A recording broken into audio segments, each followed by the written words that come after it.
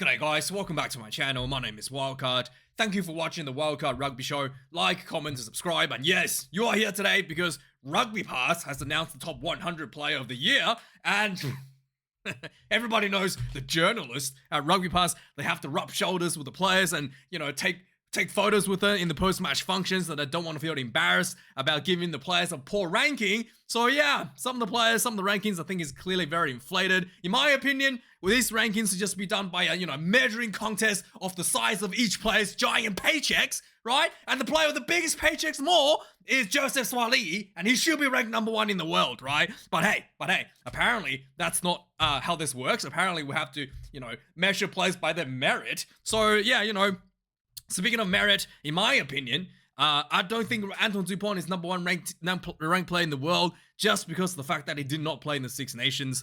He did do really well in the club rugby for top 4 team for his club, but I do think that the competition at the Olympics was really poor. So he looked a lot better at the Olympics than he were a lot better because the other teams are really bad, to be honest. And then finally the November test series, I thought he was okay.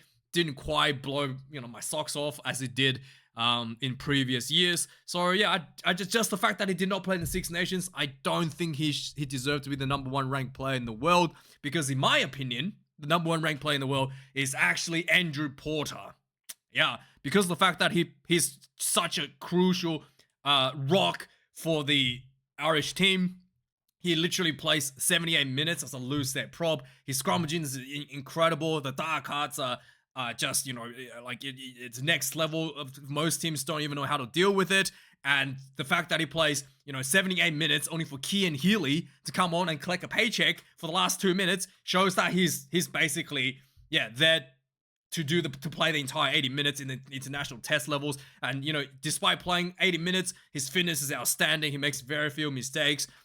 Don't really miss much tackles, and yeah, just an absolute workhorse all the way through. And I think, unlike Dupont, I think France will be able to cope without him.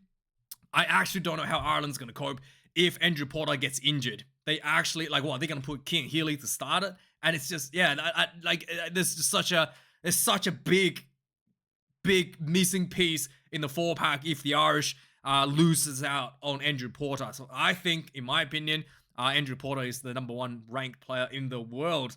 Yeah, let me know your thoughts. I did think that Agaisnt could be #1, but I do think that Enche is a little bit. He doesn't play as much game. He doesn't get as much game time as Andrew Porter, and I do think that in terms of outside of scrummaging, I do think Enche is better scrummager, but outside of scrummaging, I do think that Andrew Porter is better.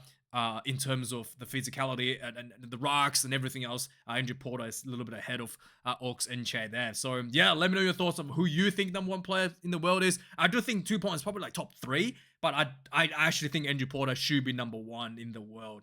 Yeah, so yeah, anyway, coming #2, Cheslin Kobe. I think he's probably a bit too high. I think Peter-Steph du Toit probably be ahead of him. So Andrew, you'll be for me, it'll be Andrew Porter, Peter-Steph du Toit, and Antoine Dupont. That's the top 3. So Dupont's #3 for me. I think du Toit is #2. And then Ibanez #4. That's fair. That's fine. Adi Savia, another guy I think is probably a bit too high. Not quite at the same level as he was in previous years, albeit still quite good. I think that Kalen Doris probably should be at 5 instead of Savia. Achias Neyman, 6. Again, I thought he was okay for the Springboks. He is good, but I think I'd get probably a bit higher for the next number 6 spot. So there's so many other names that comes to mind ahead of him. Will Jordan, I think also probably a little bit high. The All Blacks hasn't been lighting the world on fire, and he's been injured as well in Super Rugby, so he really hasn't played much rugby at all. Outside of the few test matches, he appeared for the All Blacks, so I think he's a bit high there as well. Jameson Gibson Parks up here at #9, seems about right. Agaisnt #10. Like I said, I think he's probably up there, probably a little bit higher than 10. Jordie Bowden Barrett, #11, I think is very high. He had probably a couple good games against England, and it tells you, what games that people have been watching. He had a pretty decent, outstanding, a couple good performances against England in July, and then hasn't really shown nearly as much.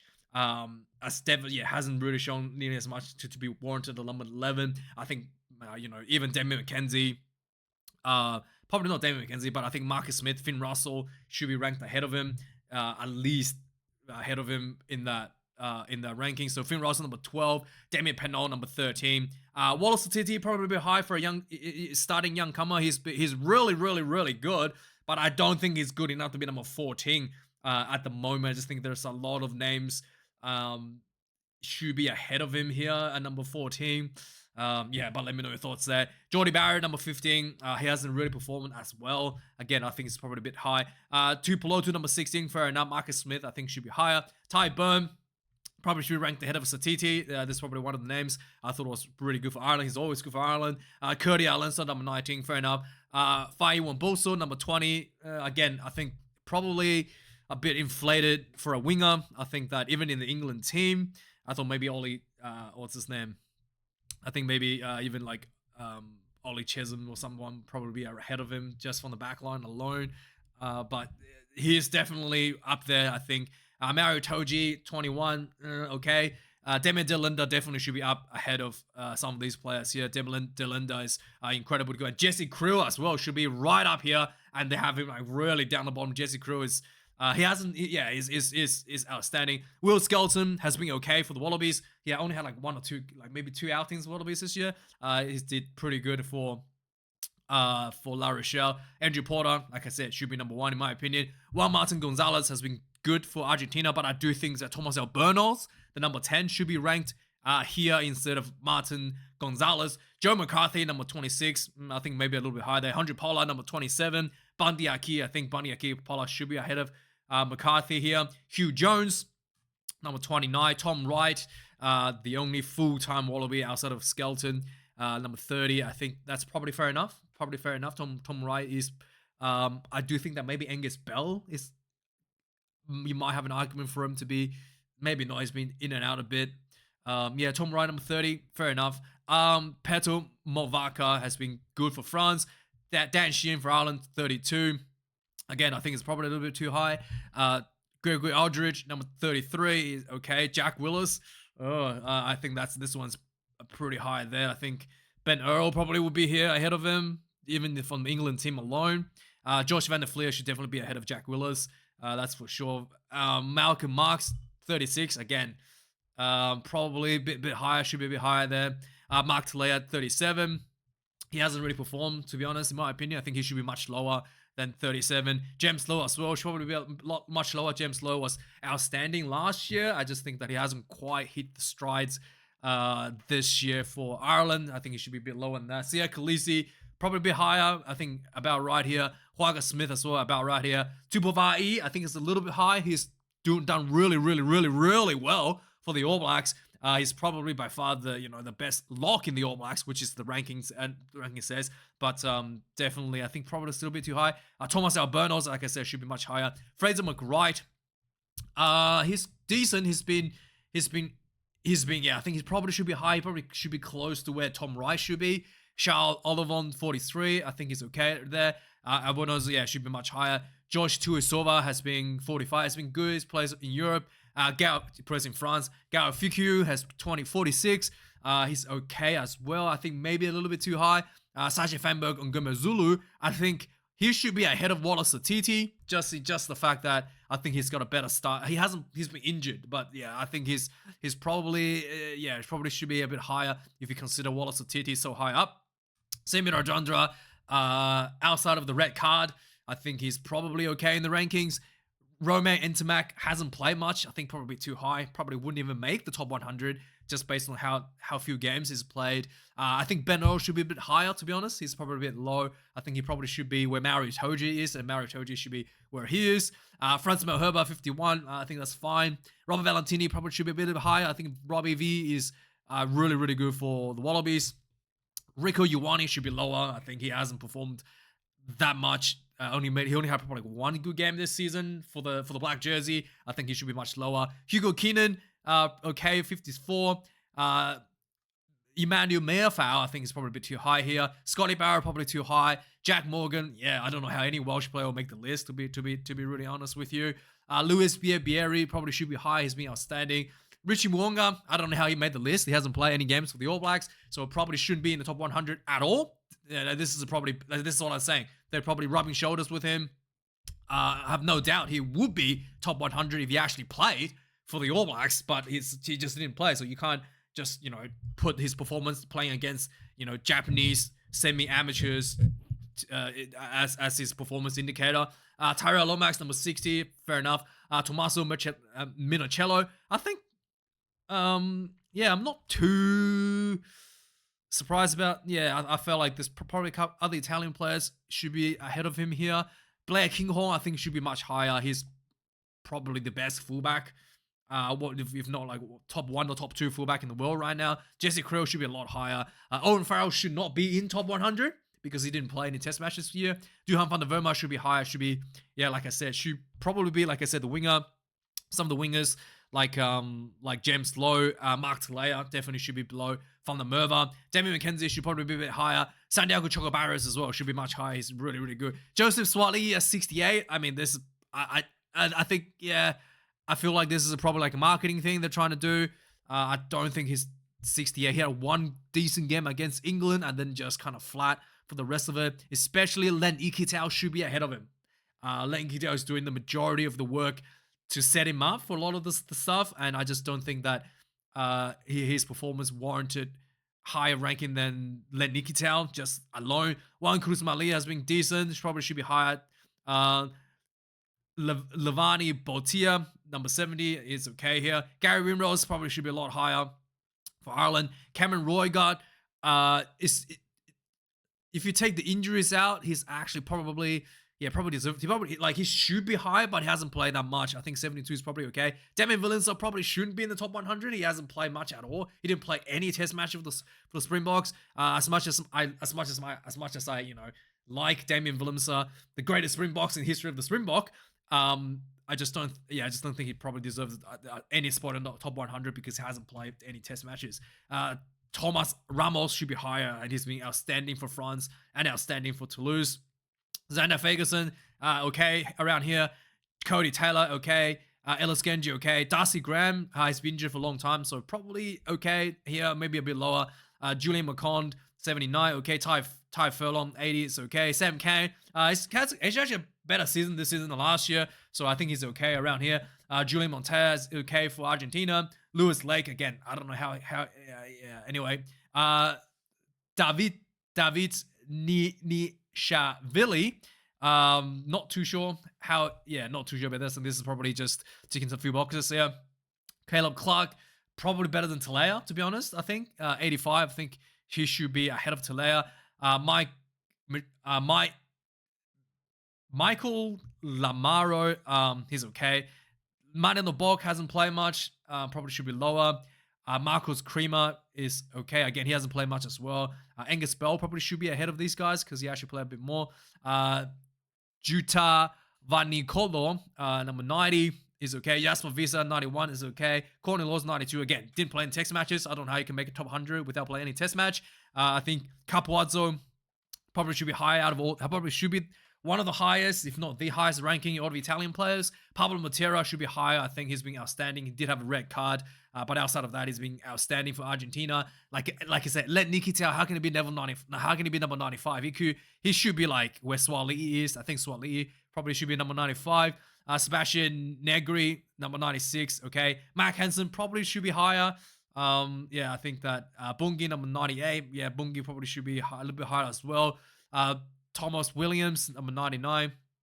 And then Robbie Henshaw definitely should be higher than rank number 100 here, in my opinion. So yeah, anyway, let's move on. The Rugby World Cup 2027 logo has been released. I think the theme, everything else looks good. I just think that the logo itself, that looks super cheap. Like, what is going on with this logo design? Like, that in itself is really bad, but everything else actually looks quite nice. But the actual logo itself looks just really ordinary. Luke Count-Dickey is getting some more offers to go to play in France. Lyon has made an offer for him to jump the ship. Duhan van der Merwe has decided to stay in Edinburgh till 2027 Rugby World Cup. He was getting big offers thrown at him from France, especially La Rochelle. Really wanted him. He was, at Edinburgh because, the collapse of the Wasp. I think it was the Wasp. But yeah, he's decided to stay in Edinburgh, citing family liking it there. James O'Connor has joined the Crusader camp. Yeah, he's actually qualified to play for New Zealand. Both his parents are Kiwis. He lived in New Zealand a little bit as a child. So yeah, if the stars align, a couple injuries comes ahead of Beauden Barrett and Dame McKenzie, James O'Connor could debut for the All Blacks, and that is happy days for me, right? So yeah, there's bit of a discussion here from Rugbypass about Razor being too conservative of using their players. So there's a bit of a comparison between how many players that are being used by Rassie Erasmus as opposed to Razor Robertson for the All Blacks. So yeah, more forwards used by Rassie, more backs, and more total overall. And how many players has been given consistent starts? Only 2 are getting consistent starts. I'm guessing Eben Etzebeth and probably just Eben Etzebeth and maybe Jesse Creel or something, right? Like most of the probably Oxencha actually. Most of the players are not getting consistent starts in the Springboks, whereas the All Blacks, 6 players getting consistent starts, 11 on average, and then a lot fewer new players coming through, whereas the Springboks brought through a lot of players throughout the year. So yeah, a bit of the thing is, Razor, I don't really blame him. This is his first year as an international test coach. He's relied on a lot of the players that he knew, he relied upon in the success for the Crusaders. So there were a few players that were a little bit favored for him, for his part, from the Crusaders, but still a work in progress. And the All Blacks will build from there with Razor here, the big win against Ireland, something that I think was probably the biggest highlight for Razor and his team this year. Couldn't quite done it with France, but overall I thought it was pretty good finish to the year.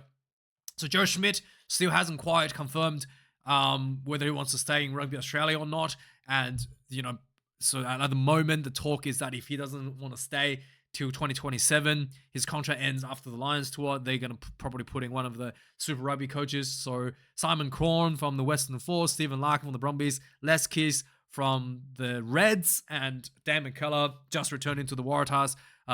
Something that they could consider. Next up, Sia Khaleesi was moved to number 8 for the weekend, getting more carries. Everybody's happy. I think Sia Khaleesi always had a pretty good carry game, and moving him to 7 could be an additional option for Rassie Erasmus to work with in the Springboks setup. Mohamed Hawaus has been once again being in trouble with the law. He's been done for drink driving on the weekend. So there was a bit of an injury in the Stormers team on the weekend. Manuel Bock was taken to the hospital after a concussion.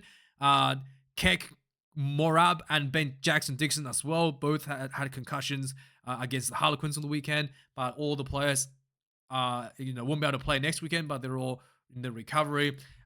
Big announcement out of the All Blacks camp. Shaun Stevenson has left the All Blacks for Japan.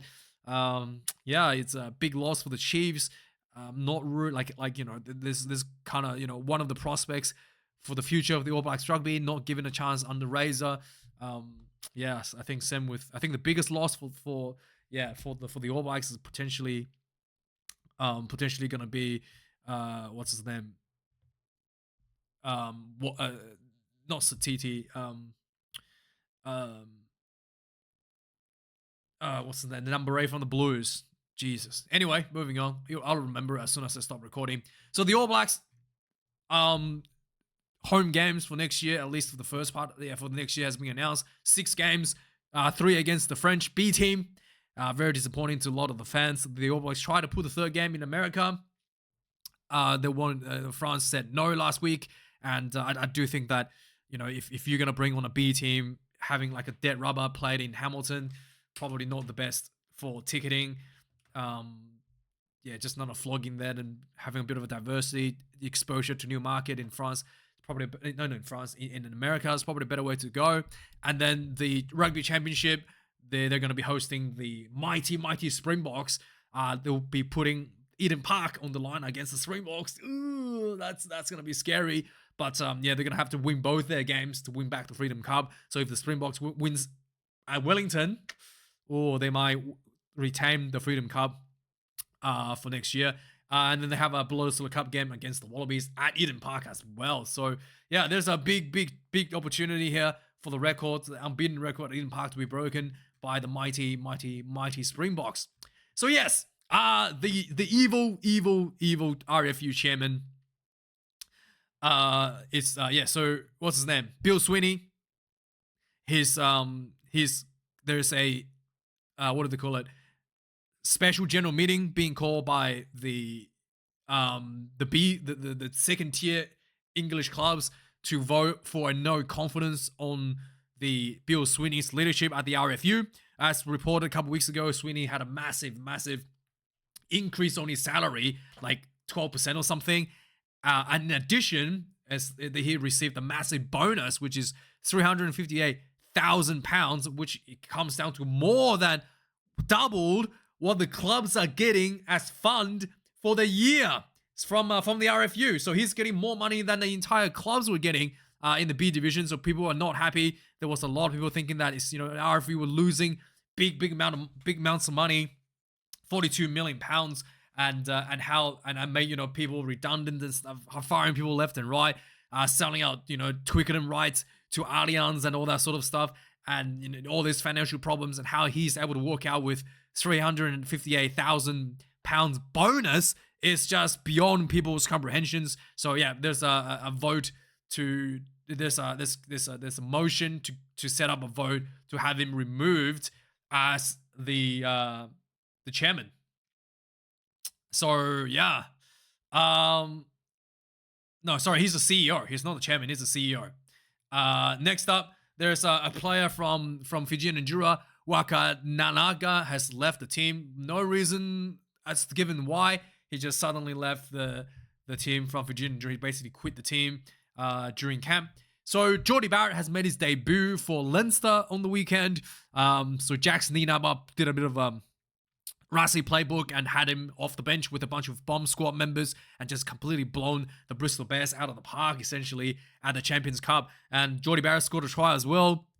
Just that bench impact immediately showing for all the Leinster fans and having a good time. And the Rog, Rona Rugara, one of the biggest legends in Ireland rugby. Man, I love watching O'Gara play back in the days. When I remember just watching O'Gara play for Ireland as a kid, but never would I think that he's such a mouthy kind of person from back in those days. And but he's being had a bit of an apology again after the game La Rochelle versus versus Bath on the weekend. He got a bit of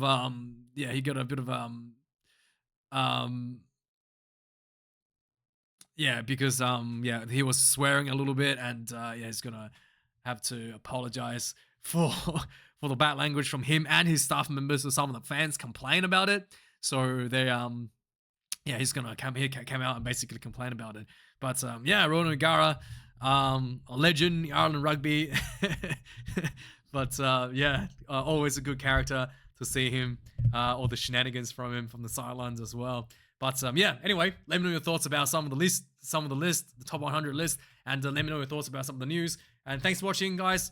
And I'll see you guys in a few days for the Rugby World Rankings, the adjusted Rugby World Rankings list for the year. Cheers.